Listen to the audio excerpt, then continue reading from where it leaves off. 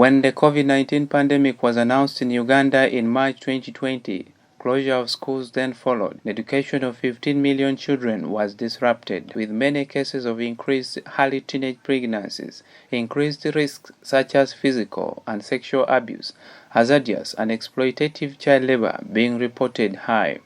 Later, schools were reopened in a phased manner in March this year. However, just before all classes would resume, a second wave of COVID-19 pandemic hit the country, prompting the country to go back into another lockdown. Vanessa Achen and her other two sisters were born on the same day, same hour as triplets to Francis Erao of Nakatunya Ward in Soroti City West, all of them now 15 years. Achen, a senior one student of Echo's Senior Secondary School in Soroti City West, says that the lockdown has negatively impacted on their academic dreams and plans as schools remain closed. It has ruined many things for me because there's work at home, sometimes you get less time to read books, so you don't find yourself really much into books anymore because when you're at home you have to do garden work, you have to do what. So at the end you find that your academics is really not picking up. And at the same point it has ruined our dreams because we had dreams of finishing school and getting jobs at our 20s, but it seems like things are not going the way we wish them to. The triplets fear that their dreams and academic plans may not be achieved as planned. Well, at first when they had the first lockdown, I was like, oh, a break from school for some time. But when it took 1 year, it was like imprisonment. Then again, when they opened, I thought maybe things will go fast and maybe I'll close the chapter of that class and go to another and then complete. By now, the three girls would be in senior 2 under normal circumstances of academic syllabus.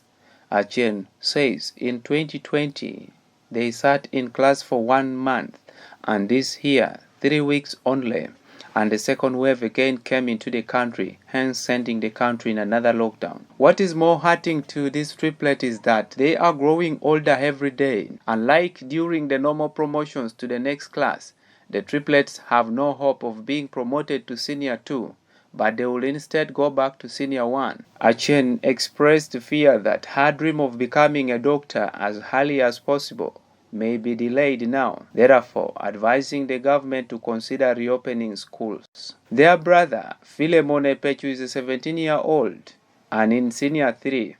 Epechu has a clear dream of becoming a police officer, but his dreams now lie in darkness due to the inconsistency in learning caused by the COVID-19 pandemic. He says that usually when they are recruiting people into the forces in Uganda, age is considered, and this is making him worried that his dream may not be realized if lockdown continues in schools. Actually, I'm not happy about this because last year I remember there was an age attached to the recruitment of police officers, and I'm scared because this lockdown is still persisting and we are aging.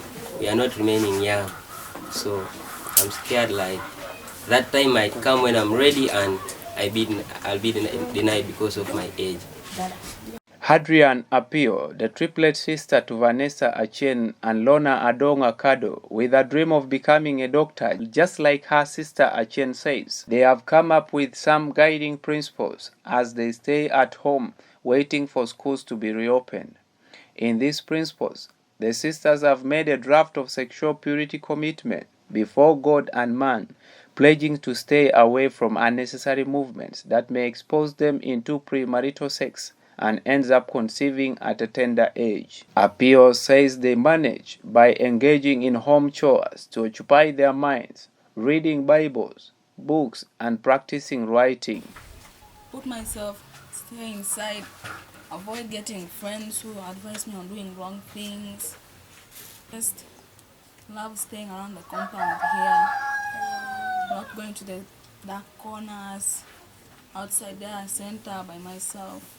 At home we don't get violence, but when you go out, there are some reckless people who don't know how to live their life and mind their business. They're the ones who disturb you because they see the body and think, wow, this one is right, but no, actually we're not right. So that's what I hate. At some point, I just ignore. At some point, when I had enough of it, I just forward to someone. You can't afford the cheapest house in Uganda, so why should I waste my life with you? So She added that their parents also provide for their needs, which some other girls lack, and now in this time at home, they move out and start engaging in immature relationships in exchange of those gifts, and the end result is pregnancy. When schools reopen, they may not go back. Another triplet sister, Lona Adonga Kado, says that during this lockdown on schools, whenever they try to move out of home, young boys disturb them all the time, asking for love, which she as Adongo cannot give at her age. I just come to, I say, brother, see me as I am. I might have a big person's body, but when you go to my age, I'm younger, so I have to at least complete my studies. Then I'll come to the planning of boyfriend, marriage thing. That's what I told them. Adongo, who wants to become a lawyer, says that the government should expedite the process of reopening schools because girls like them are growing older than boys, and when schools resume, teachers disturb them and this may demoralize them. I appreciate the government for the lockdown. Yes, I'm safe, but the issue of school really needs to be seen through, and if they really would open schools, it would really be the best thing that would ever want. The triplets jointly advise fellow girls not to rush into premarital sex in exchange of cheap gifts, but rather approach their relatives if they don't have parents to provide their needs, as they keep safe, hoping to return to school soon. Please, girls, do not go to them. Just do what is necessary. Keep yourself safe. So, my girls, keep it locked. Strong apart, because who knows what God is planning for you. If you just spoil your life with these chapati guys here, they will not benefit you. Talking to their father, Francis Erao, the father of the triplets, says that he has 8 children of school-going age, and with this lockdown, he is always challenged by the children asking him when schools will resume. I am a father with the 8 children. The first 5 are boys, and the only girls that I have is a set of the triplets that God gave me in 2005. I am able to educate my children. Like the triplets have just been in senior 1. Had it not been in lockdown, they would now be in senior 2. Through my small struggles, I will push through to see them become what their dream tells them, lawyers, doctors. Because if a child is willing to listen to you as a parent, there you get more morale to participate and pay attention on the children. Other than you having a child who does not listen, there you also lose morale in supporting that kind of child. So the hope that I have is that my children listen to me. Aside from that, Erao says that he has trained his children to be obedient and cherish Christian values. I believe in the Bible and I believe in God, and that is where I get a lot of faith, strong faith, to push the difficulties, the everyday difficulties that we encounter. And that is what is helping me. Me and my children, I now call them associates, because we have to plan together, agree on a position, and that is how we shall always be moving. I am very, very confident that through their ability to listen and take advice from me as their father, it will motivate me to think properly and gear all my strength to see that they get to the schools and to their dreams. Francis Herrao further advises other parents on positive parenting of their children. What I would want to say for my colleagues who are parents is that let's parent our children positively, and let's help our children face what we call the reality by telling them the truth. Don't hide.